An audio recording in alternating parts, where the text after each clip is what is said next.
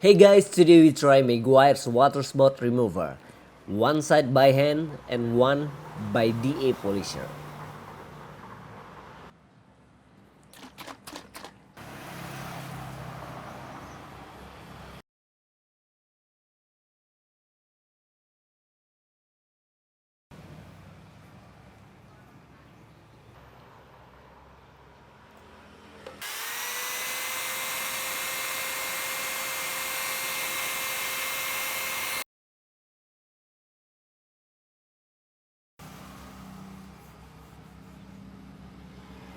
Wow, this is really good.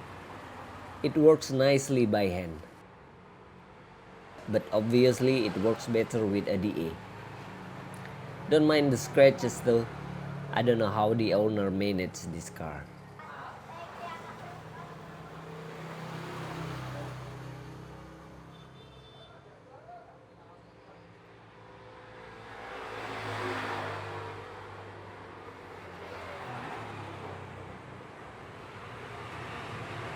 I hope that helps. Thanks for watching.